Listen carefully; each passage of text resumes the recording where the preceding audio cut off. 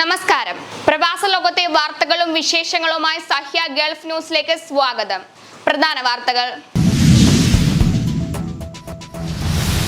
കയറ്റുമതി നിരോധനം നീക്കം ചെയ്ത് ഇന്ത്യ. UAE-യിൽ ബസ്മതി ഇതര അരിയുടെ വില വൻതോതിൽ ഇടിയുമെന്ന് പ്രതീക്ഷ. സഞ്ചാരികളുടെ എണ്ണത്തിൽ 25% വർധന. നേട്ടവുമായി സൗദി.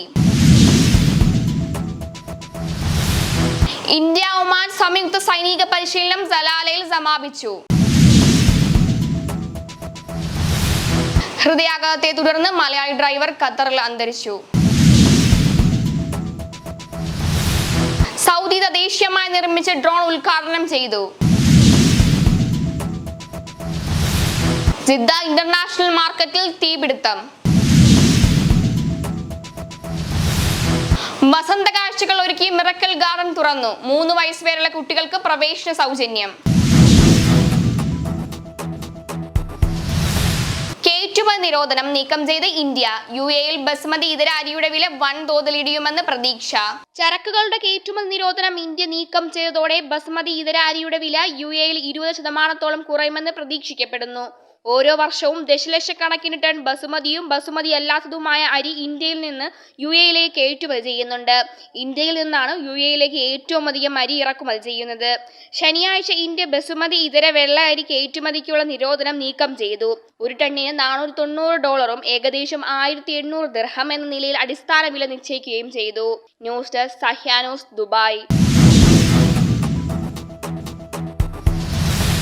സഞ്ചാരികളുടെ എണ്ണത്തിൽ 25% വർധന. നേട്ടവുമായി സൗദി.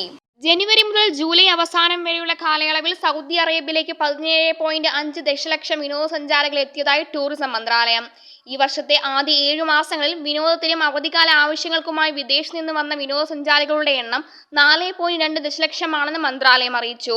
ഇത് കഴിഞ്ഞ വർഷത്തെ ഇതേ കാലയളവിനെ അപേക്ഷിച്ച് 20% വർധനവ് രേഖപ്പെടുത്തി. കഴിഞ്ഞ വർഷം UN കണക്ക് പ്രകാരം വിനോദസഞ്ചാരികളുടെ എണ്ണത്തിൽ സൗദി ആഗോളതലത്തിൽ ഒന്നാമതെത്തിയിരുന്നു. News desk Sahya news, Jeddah. India Oman സംയുക്ത സൈനിക പരിശീലനം സലാലയിൽ സമാപിച്ചു.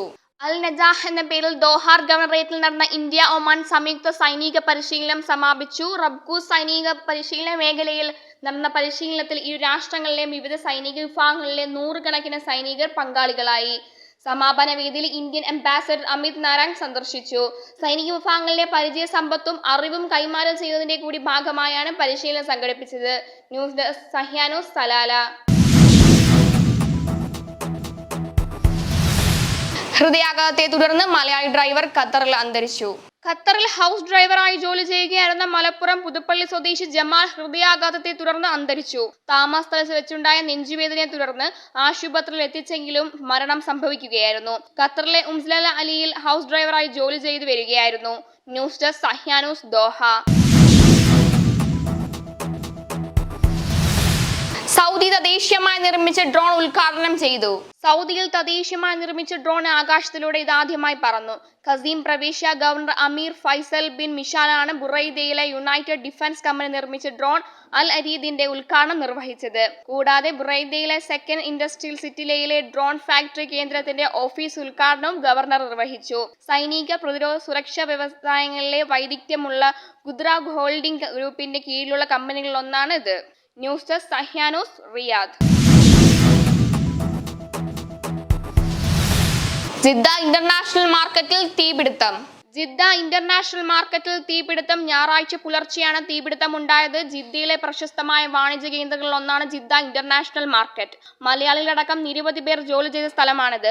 തീ അണയ്ക്കാനുള്ള പ്രവർത്തനങ്ങൾ ഇപ്പോഴും തുടരുകയാണെന്ന് general director of civil defence അറിയിച്ചു. തൊട്ടടുത്തുള്ള മെരീഡിയൻ ഹോട്ടലിലേക്ക് തീ പടരാതെ നിയന്ത്രിക്കാൻ സിവിൽ ഡിഫൻസിന് കഴിഞ്ഞു. അതേസമയം അഗ്നിബാധയുടെ കാരണം വ്യക്തമല്ല. News desk Sahya news, Jeddah. വസന്ത കാഴ്ചകൾ ഒരുക്കി മിറക്കൽ ഗാർഡൻ തുറന്നു. 3 വയസ്സ് വരെയുള്ള കുട്ടികൾക്ക് പ്രവേശന സൗജന്യം. മധ്യവേനൽ അവധിക്കു ശേഷം ദുബായ് മിറക്കൽ ഗാർഡൻ തുറന്നു. UAE-യിലെ താമസക്കാർക്ക് ടിക്കറ്റ് നിരക്കിൽ 5 ദിർഹം ഇളവുമായാണ് പുതിയ സീസൺ തുടങ്ങിയത്. എമിറേറ്റ്സ് ID കാണിച്ചാൽ 60 ദിർഹത്തിന് പ്രവേശന ടിക്കറ്റ് ലഭിക്കും. അതേസമയം വിനോദസഞ്ചാരികൾക്ക് 100 ദിർഹമാണ് നിരക്ക്.